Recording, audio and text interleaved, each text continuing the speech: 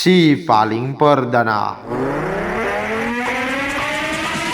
Anggota DPRD DKI Jakarta Lukmanul Hakim menolak tegas usulan pembukaan kasino sebagai sumber pendapatan negara karena dianggap merusak moral masyarakat. Ia menilai usulan tersebut tidak sesuai dengan norma dan prinsip berbangsa dan bernegara, serta ada alternatif lain yang lebih bermartabat dan halal untuk meningkatkan pendapatan negara. Lukmanul Hakim mengusulkan peningkatan pajak hiburan sebagai alternatif yang lebih adil dan layak, bukan dengan cara-cara yang merusak tatanan sosial. Berita selengkapnya dan banyak berita lainnya dapat Anda dengar di DMP in the Morning pagi hari ini.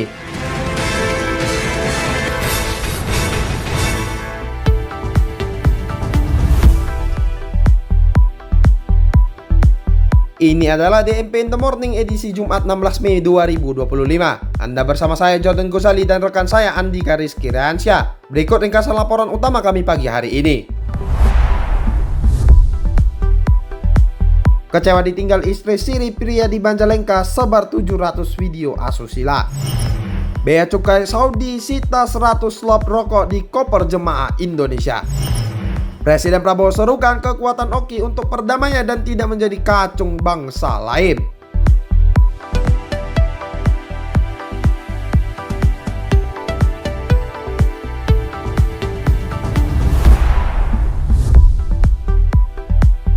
Selamat pagi Indonesia dan damai sejahtera menyertai kita semua sahabat DMP. Kami mulai informasi pertama dari DPRD Provinsi DKI Jakarta secara tegas menolak wacana pembukaan kasino sebagai sumber pendapatan daerah. Anggota DPRD DKI Jakarta dari fraksi PAN Lukmanul Hakim berpendapat bahwa Jakarta tidak membutuhkan pemasukan negara yang dapat merusak tatanan sosial dan moral masyarakat. Lukmanul Hakim menekankan penolakan terhadap legalisasi perjudian karena bertentangan dengan nilai-nilai dasar berkehidupan berbangsa dan bernegara, serta tidak sesuai dengan upaya Jakarta dalam membangun ekosistem ekonomi kreatif dan pariwisata berkelanjutan. Meskipun anggota Komisi 11 DPR RI Gali Kartasasmita mengklarifikasi bahwa wacana kasino tersebut hanyalah contoh ekstrim dan bukan usulan resmi, DPRD DKI Jakarta tetap bersikeras menolak segala bentuk pelegalan perjudian. Lukmanul Hakim menyarankan agar pemerintah mencari sumber pendapatan negara lain yang lebih bermartabat dan tidak merusak moral masyarakat, misalnya dengan menerapkan kebijakan pajak hiburan yang tinggi. DPRD DKI Jakarta menilai wacana pembukaan kasino mencerminkan sikap gelap mata dalam menghadapi tantangan fiskal dan menekankan pentingnya menjaga moralitas masyarakat Jakarta sebagai kota megapolitan.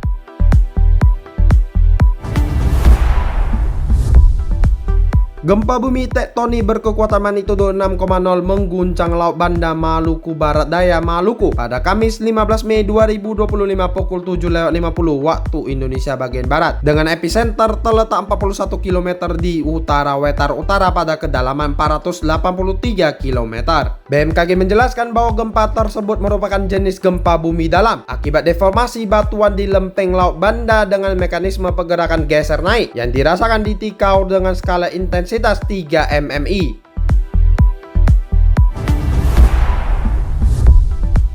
Seorang pria berinisial JR berusia 50 tahun di Majalengka, Jawa Barat ditangkap polisi karena menyebarkan 700 video asusila dirinya bersama mantan istri sirinya berinisial MS berusia 47 tahun setelah merasa kecewa ditinggalkan. Penyebaran video tersebut berawal dari rasa putus asa JR yang ditinggal MS atas permintaan anaknya, sehingga ia nekat membagikan video-video tersebut kepada anak MS dan warga sekitar. Akibat perbuatannya, JR dijerat dengan Undang-Undang ITE dan terancam hukuman lebih dari 5 tahun penjara. Sementara MS yang merasa malu dan menjadi bahan perbincangan terpaksa meninggalkan rumahnya dan melaporkan kejadian tersebut kepada pihak berwajib.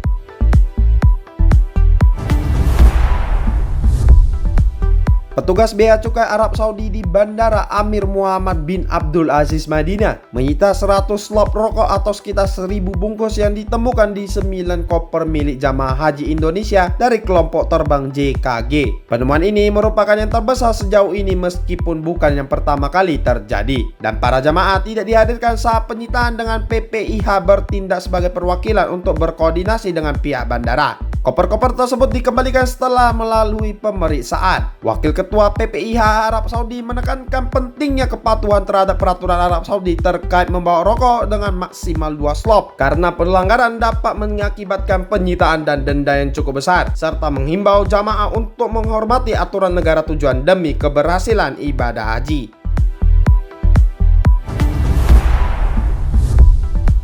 Seorang warga negara Estonia bernama Pavel Martonov berusia 46 tahun diamankan petugas imigrasi Singaraja, Bali karena membuat keributan saat mabuk di Taman Ulundanu, Bulian. Penangkapan bule tersebut berawal dari laporan masyarakat mengenai perilaku meresahkan yang dilakukannya di lokasi wisata tersebut. Setelah diperiksa, Pavel diketahui telah overstay selama 10 hari dan tidak mampu membayar denda atas pelanggaran imigrasi tersebut. Saat ini Pavel ditahan di kantor imigrasi Singaraja dan menunggu proses deportasi sebagai tindakan administratif keimigrasian. Kasus ini menunjukkan pentingnya kepatuhan terhadap peraturan imigrasi dan dampak negatif dari tindakan yang meresahkan akibat pengaruh minuman keras.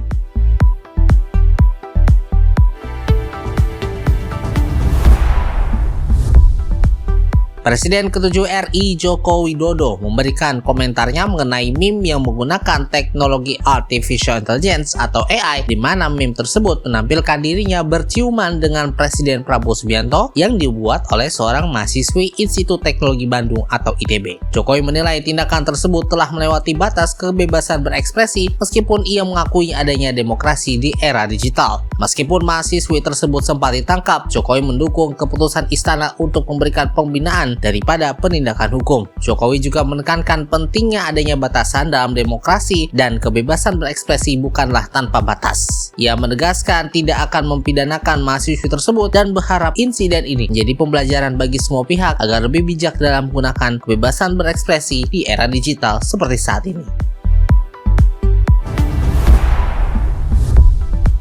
Presiden Prabowo Subianto menekankan pentingnya persatuan dan kekuatan negara-negara Organisasi Kerjasama Islam atau OKI termasuk Indonesia dalam menjaga perdamaian dunia. Hal tersebut disampaikan Prabowo dalam pidatonya di acara inaugurasi konferensi Presiden Parliamentary Union of the OIC Member States atau POIC ke-19 di Gedung DPR RI Jakarta pada 14 Mei 2025 lalu. Meskipun menginginkan perdamaian, Prabowo memperingatkan agar negara-negara OKI tidak menjadi lemah dan mudah dimanfaatkan oleh pihak lain yang mungkin melihat kelemahan sebagai peluang untuk kembali menjajah atau memperlakukan mereka sebagai bangsa bion atau budak. Prabowo mengajak seluruh negara OKI untuk bersatu, membangun kekuatan bersama, dan mengesampingkan perbedaan demi kepentingan umat Islam, serta menghidupkan kembali semangat para tokoh besar Islam. Konferensi POIC membahas berbagai isu penting, termasuk kondisi di Palestina, hak-hak minoritas, dialog antar peradaban, isu lingkungan, hak asasi manusia, dan isu perempuan serta keluarga. Prabowo juga menegaskan pentingnya kekuatan dan persatuan negara-negara OKI untuk mencegah eksploitasi dan memastikan perdamaian yang sejati dan bermartabat bagi seluruh umat manusia.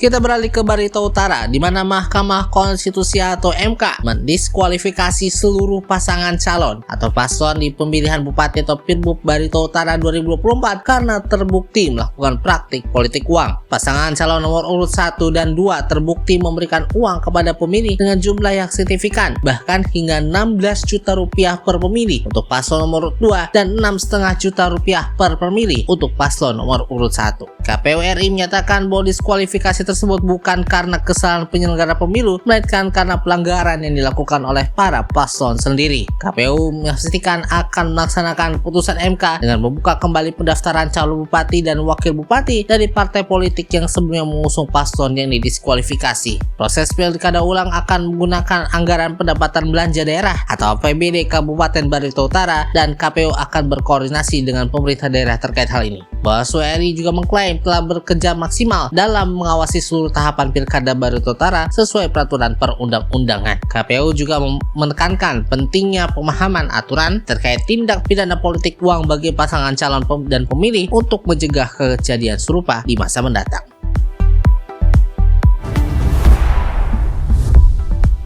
PT Fast Food Indonesia Tbk atau FAST memegang lisensi KFC di Indonesia menerima suntikan dana sebesar 80 miliar rupiah dari dua pemegang saham utamanya yakni keluarga Celael dan Grup Salim melalui penambahan modal tanpa hak memesan efek terlebih dahulu atau PMTH MTD. Dana tersebut akan digunakan untuk memperbaiki struktur keuangan perusahaan yang sedang merugi dan alokasi 52 miliar rupiah untuk pembelian persediaan dan pembayaran kewajiban serta 28 miliar rupiah untuk efisiensi operasional. Langkah ini diambil untuk mengatasi defisit modal kerja bersih yang negatif dan liabilitas yang mencapai 96% dari total aset serta penurunan pendapatan dari sebelumnya 5,93 triliun rupiah di tahun 2023 menjadi 4,87 triliun rupiah pada tahun 2024 serta penutupan 47 gerainya. Setelah penambahan modal, kepemilikan saham keluarga Celael naik menjadi 41,18% dan Salim menjadi 37,51%. Sementara rapat umum pemegang saham luar biasa atau RUPSLB akan digelar untuk mengesahkan rencana ini dengan potensi dilusi saham hingga 11,79% bagi pemegang saham yang tidak berpartisipasi.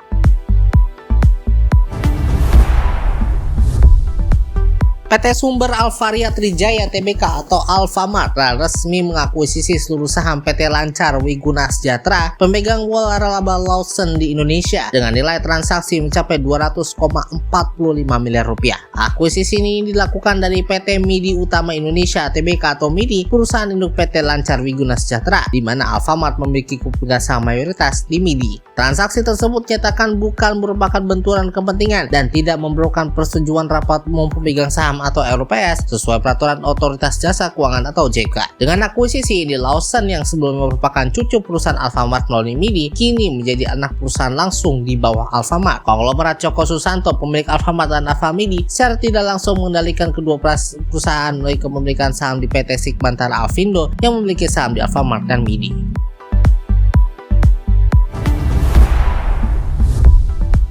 CEO HBO Casey Bloys mengumumkan bahwa platform streaming Max akan kembali menggunakan nama HBO Max. Perubahan ini disebut dilakukan untuk menonjolkan penawaran konten terkuat dan keunggulan kompetitif yang dimiliki HBO selama 50 tahun terakhir. Berbicara di atas panggung sama presentasi Upfront Warner Bros Discovery kepada para pengiklan, Casey mengatakan bahwa streaming dianggap sebagai industri yang berantakan dan berubah secara cepat, sehingga Warner Bros Discovery atau WBD ingin memperkuat posisi merek melalui nama HBO Max. Pada 2015 sebelumnya layanan streaming ini awalnya bernama HBO Now. Kemudian pada tahun 2020 berganti nama menjadi HBO Max. Kemudian pada tahun 2023 setelah merger antara Warner Media dan Discovery yang menjadikannya sebagai Warner Bros Discovery, namanya pun diubah menjadi Max untuk menonjolkan keberagaman konten dari HBO, Warner Bros Pictures, dan Discovery. Dengan mengubah nama platform tersebut diharapkan agar menandai fokus WBD untuk menguatkan identitas merek dan warisan HBO dalam persaingan industri streaming yang dinamis.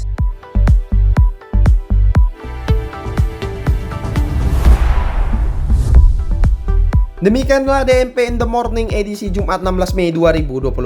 Terima kasih sahabat DMP telah mendengarkan podcast DMP Integrated News di kanal podcast kesayangan Anda dan juga kanal YouTube kami DMP Media Network. Mewakili kerabat kerja yang bertugas, saya Jordan Gozali dan Andika Rizky Riansyah pamit undur diri. Jubileum 2025 Penziarah Pengharapan. DMP Integrated News lebih informatif, lebih terinformasi. Selamat pagi Indonesia dan selamat beraktivitas.